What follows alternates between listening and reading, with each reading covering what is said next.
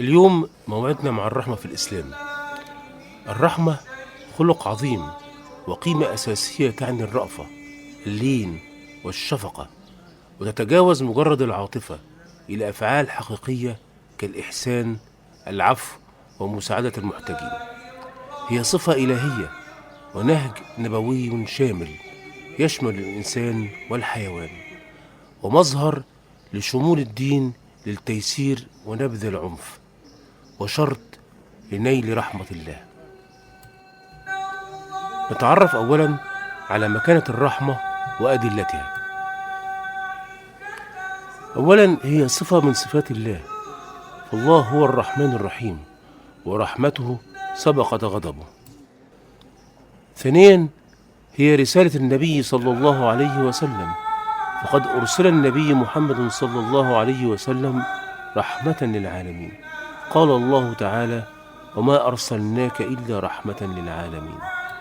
ثالثا، كما إنها شرط الرحمة الإلهية، فقال النبي صلى الله عليه وسلم: الراحمون يرحمهم الرحمن، يرحم من في الأرض يرحمكم من في السماء. ومن صور ومظاهر الرحمة في الإسلام الرحمة بالناس عامة، والتيسير عليهم والرفق بهم ودرء المفاسد عنهم. والرحمة بالأطفال والضعفاء، فقد كان النبي صلى الله عليه وسلم يرحم الصغار ويخفف الصلاة إذا سمع بكاؤهم رأفة بأمهاتهم. أيضا رحمة أهل البيت والوالدين والمعاملة باللين والعطف.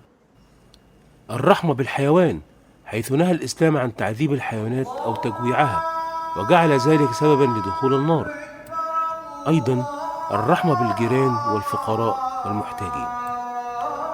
أما معاني ومقاصد الرحمة فهي رقة قلب تدفع لقضاء الحوائج والعفو والمساعدة. التحذير من القسوة والعنف، وهو من خصال الشقاء.